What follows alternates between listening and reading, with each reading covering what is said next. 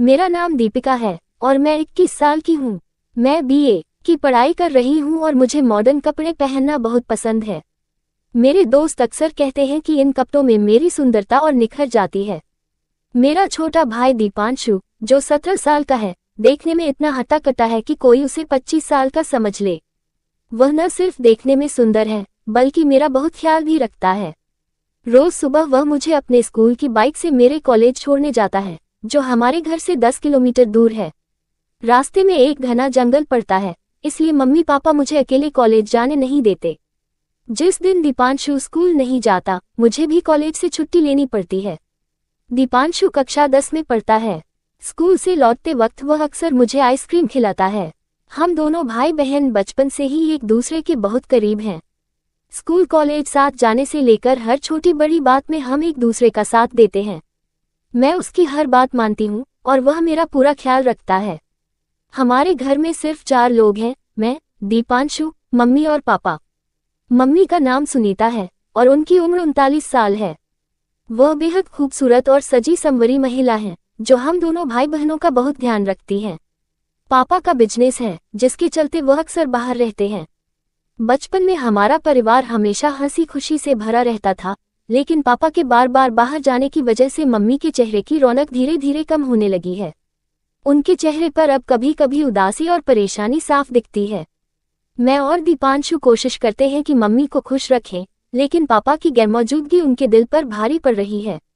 उस दिन शाम को जब दीपांशु मुझे कॉलेज से लेने आया, हम दोनों बाइक से घर की ओर निकले। रास्ते में जंगल के बीचों बीच अचानक बाइक खराब हो गई। धीरे धीरे अंधेरा छाने लगा और बाइक ठीक होने का नाम ही नहीं ले रही थी। मैंने दीपांशु से पूछा, भाई क्या हुआ? बाइक कब तक ठीक होगी? उसने कहा, बस बना रहा हूँ, जल्दी ठीक हो जाएगी। लेकिन देखते देखते अंधेरा और गहरा हो गया। मुझे अंधेरे से बहुत डर लगता है, इसलिए मैं घबरा गई और बोली, भाई जल्दी करो, मुझे डर लग रहा है। दीपांशु ने काफी कोशिश की, लेकिन जब बाइक नहीं बनी तो वह थककर मेरे पास पेड़ के नीचे बैठ गया। उसने कहा, दीपिका, ये बाइक बहुत खराब हो गई है, अब मैकेनिक को बुलाना पड़ेगा। उसने तुरंत अपने दोस्त के मैकेनिक को फोन किया, लेकिन उसने बताया कि उसे आने में थोड़ा वक्त लगेगा। हम दोनों को मजबूरी में जंगल में सड़क किनारे पेड़ के नीचे बैठना पड़ा। अंधेरा और सन्नाटा बढ़ता जा रहा था, लेकिन दीपांशु ने माहौल हल्का करने के लिए मुझसे हंसी मजाक शुरू कर दिया। हम बचपन की बातें करने लगे, कभी हंसते, कभी एक दूसरे को चिढ़ाते। फिर भी मन में बेचैनी थी। 1 घंटा बीत गया और मैकेनिक अभी तक नहीं आया।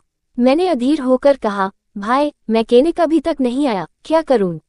दीपांशु ने दोबारा फोन किया और मैकेनिक ने कहा, बस तुरंत पहुंच रहा हूं। हम फिर से बातों में लग गए। थोड़ी देर बाद मैकेनिक आखिरकार पहुंचा। उसने बाइक की जांच की और थोड़ी मेहनत के बाद उसे ठीक कर दिया। तब तक रात काफी हो चुकी थी। हम जल्दी जल्दी घर की ओर निकले और देर रात पहुंचे। मम्मी ने घबराते हुए पूछा, क्या हुआ? इतनी देर क्यों लग गई? मैंने सारी बात बताई कि बाइक खराब हो गई थी और मैकेनिक को बुलाने में वक्त लग गया। पापा उस दिन बिजनेस के काम से बाहर गए थे और नहीं आने वाले थे। हम तीनों, मैं, दीपांशु और मम्मी ने एक साथ खाना खाया।